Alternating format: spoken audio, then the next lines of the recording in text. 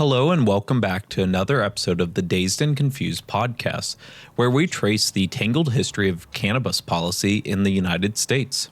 My name is Christian Maynard, a doctoral candidate in sociology at Washington State University. Go Cougs! Yes, go Cougs! In our last episode, we explored the first half of the Obama years, a time when medical cannabis was expanding rapidly, but the federal government continued to raid dispensaries and resist reform. Today, we turn to Obama's second term, a period that witnessed one of the most dramatic shifts in cannabis history, the transition from medical legalization to adult use legalization. Beginning in 2012, Colorado and Washington became the first states to legalize recreational cannabis. Over the following years, more states followed suit. Research began to track outcomes, and federal enforcement quietly retreated. This period can best be described as tacit acceptance, where prohibition technically remained federal law, but enforcement priorities shifted, allowing states to experiment with new policies. The early 2010s were still marked by economic uncertainty. The housing crisis had shaken state budgets, and many policymakers were searching for new ways to generate revenue. In 2010, Harvard economist Jeffrey Miron published a report estimating that legalizing cannabis would save $13.7 billion in enforcement costs and generate another $6.4 billion in tax revenue. More than 300 economists, including Nobel laureate Milton Friedman, signed a petition urging the country to hold an open and honest debate on prohibition. For the first time, the economics of legalization were a mainstream talking point. Cannabis wasn't just framed as a cultural or criminal justice issue, it was being debated as a fiscal opportunity. California, the pioneer of modern medical legalization, became the first state to seriously test recreational legalization at the ballot box with Proposition 19 in 2010. The measure was well funded, drawing millions from activist groups, philanthropists, cannabis entrepreneurs like Richard Lee, and billionaire George Soros also contributed heavily. But despite high expectations, Prop 19 failed. 53% of voters rejected this. Why?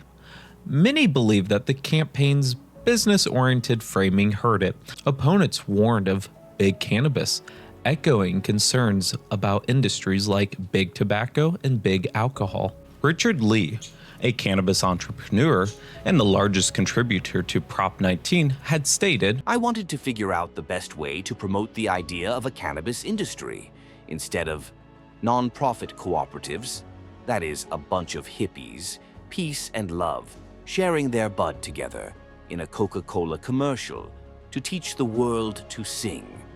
Cannabis legalization is like Budweiser and Jack Daniels. It's a business."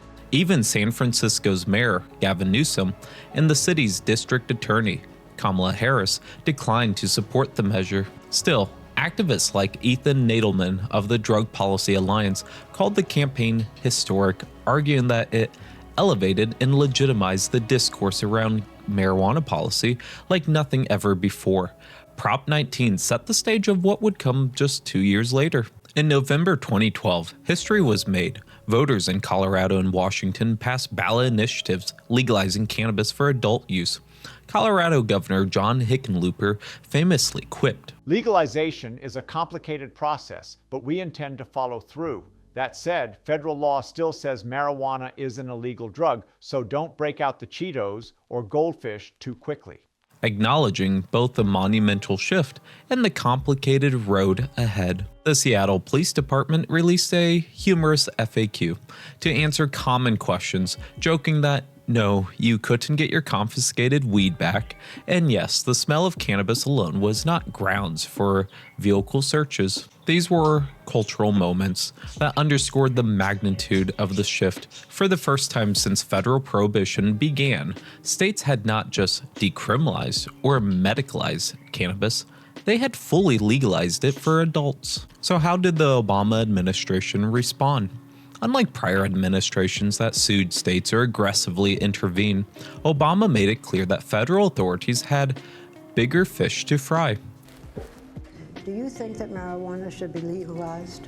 I wouldn't go that far, but what I think is that at this point, Washington and Colorado, you've seen the voters speak on this issue.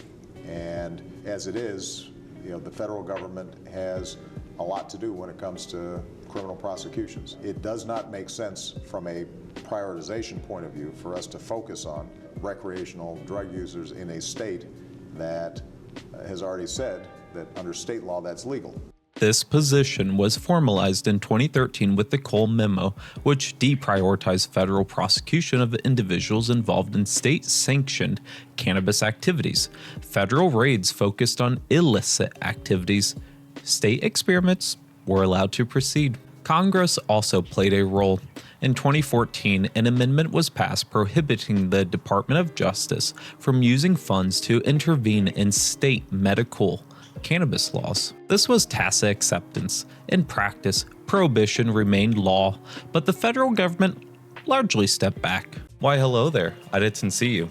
Marx was just teaching me about the labor theory of value and how employers alienate workers from their labor. If you're enjoying this episode of the Dazed and Confused podcast, consider supporting my work through Patreon. It's just $4.20 a month. Otherwise, consider giving this video a like, leaving an interesting comment, and subscribe so you don't miss future videos. In 2013, former Congressman Patrick Kennedy and policy advisor Kevin Sabet co-founded Smart Approaches to Marijuana, better known as SAM. They positioned themselves as a centrist alternative to outright prohibition, but in practice, they recycled many familiar claims that cannabis increased crime, fueled social disorder, or endangered youth.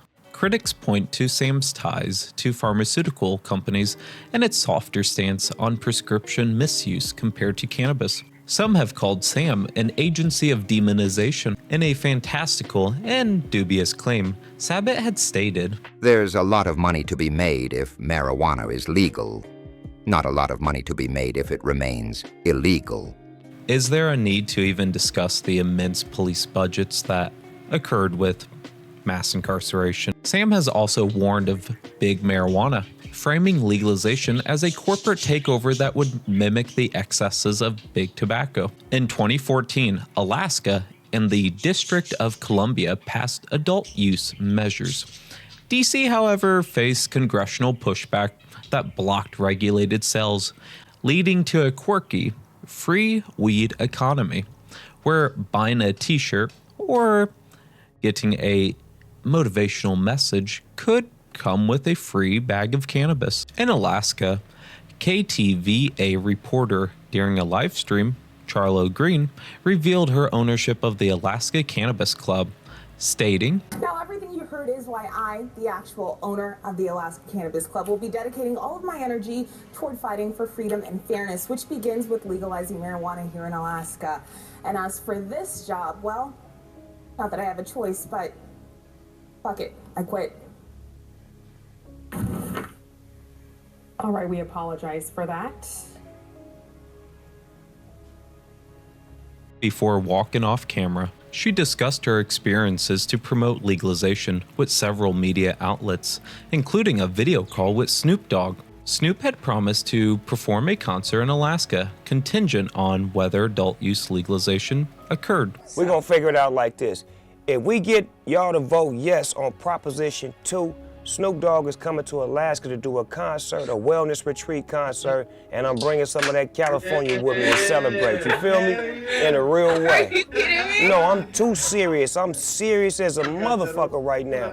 If they vote yes on that, I'm locking and loading. I'm coming out there and I'm doing a concert for y'all, wellness retreat. We're gonna do it together to say that we brought something to life.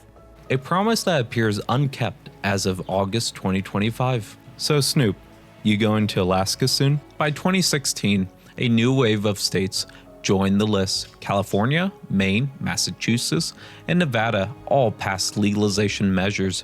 Meanwhile, states like Vermont pursued decriminalization. Even so, some efforts failed. Ohio voters rejected a legalization initiative in 2015, largely due to concerns over its investor-driven structure, but also this initiative employed a cannabis-themed mascot named Buddy, who can best be described as a superhero-like individual with a grinning cannabis nug as a face. similar to that of Joe Camel, a controversial mascot for the Camel cigarette brand, which was banned because of its appeal to children. Behind the effort to legalize marijuana, introduced a campaign mascot called Buddy. Children's healthcare advocates hit the roof. This is nothing short of a children's health epidemic that's facing us should this pass, so that's why we're concerned. Nicholas Shutka at the Ohio Children's Hospital Association says children will be at risk of consuming marijuana edibles if it's legalized. And he believes using a superhero mascot with a green marijuana bud for a head sends the wrong message. Legalization wasn't without its problems. In Colorado, highly potent edibles created controversy after several accidental overconsumption, which resulted in events that led to, sadly, a tragic death of a 19-year-old, Levi Thumba. In response, lawmakers capped THC levels per product and required child-resistant packaging. Other challenges emerged. There were lawsuits from neighboring states, debates over cannabis use in the workplace, and persistent questions about public health and safety. Still, reports suggested that teen use remained stable. Arrests plummeted and state revenues increased, though cannabis taxes rarely accounted for more than 1% of state budgets. So what about some of the early findings of the era of legalization in terms of research? Bakuber and colleagues examined U.S. death certificate data from 1999 to 2010. Compared to prohibited states, medical use states experienced fewer than expected fatal opioid overdoses. This effect grew larger over consecutive years. The Cato Institute and Drug Policy Alliance issued reports on the outcomes of legalization.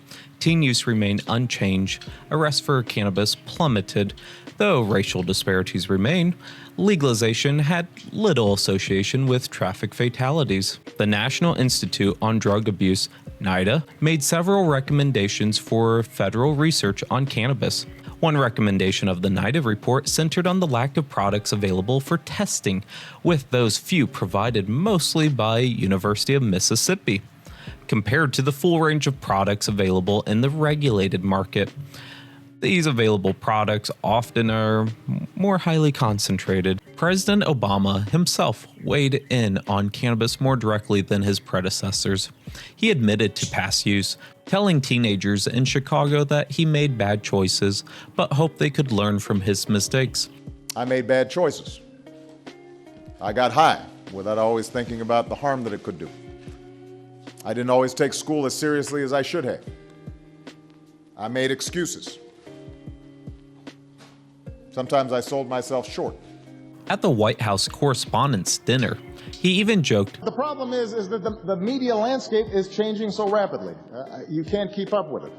I remember when BuzzFeed was just something I did in college around 2 a.m.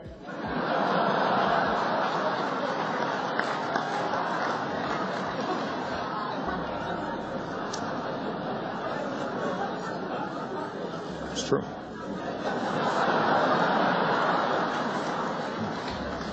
But Obama was also serious. At the NAACP 2015 conference, alongside Bill Clinton, he pledged to address mass incarceration, recognizing that the 1994 crime bill had worsened disparities. During his presidency, Obama commuted the sentences of over 1,700 nonviolent drug offenders, the most in history. On his last day alone, he granted clemency to 330 individuals, framing it as America's tradition of second chances. By the end of Obama's presidency, public opinion had transformed. In 2016, Gallup reported that 60% of Americans supported legalization. This shift was reflected in party platforms. Republicans, according to the 2016 RNC platform, warned, "The progress made over the last 3 decades against drug abuse is eroding, whether for cultural reasons or for lack of national leadership. In many jurisdictions, marijuana is virtually legalized despite its illegality under federal law."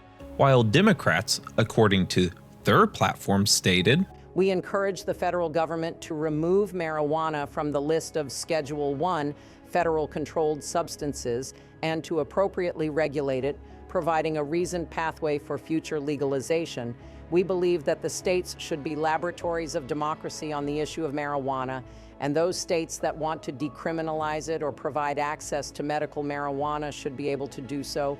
We support policies that will allow more research on marijuana, as well as reforming our laws to allow legal marijuana businesses to exist without uncertainty. And we recognize our current marijuana laws have had an unacceptable disparate impact in terms of arrest rates for African Americans that far outstrip arrest rates for whites, despite similar usage rates. Cannabis began to serve as a current divide between the two major parties, along with many other things, despite the growing broad favorability. By the time Obama left office in 2017, cannabis policy had entered a new era. And I was like, yeah, it's going to be called the Eras Tour. See you there. Legalization was no longer a fringe idea. It was law in multiple states, supported by the majority of the public and quietly tolerated by the federal government. This period of tacit acceptance laid the groundwork of rapid expansion of legalization in the years to come, as new states, and eventually Congress itself, grappled with the question of what a post-prohibition future might look like. That wraps up our look at Obama's second term and the rise of adult use legalization. If you've enjoyed this episode, I'd encourage you to support my work through Patreon. It's just $4.20 a month, where your contributions help me translate academic research into more accessible formats like podcasts and video. And if you're listening on YouTube or your favorite platform, don't forget to like, share, and leave a comment such as, "You been out with those losers all night?" Hey, Coach Conrad. Remember me? Second period gym class? In our next episode, we'll turn to the Trump administration first term, a period defined by contradictions. Attorney General Jeff Sessions returned to tough on drugs rhetoric, alongside continued state-level momentum for legalization. Stay tuned.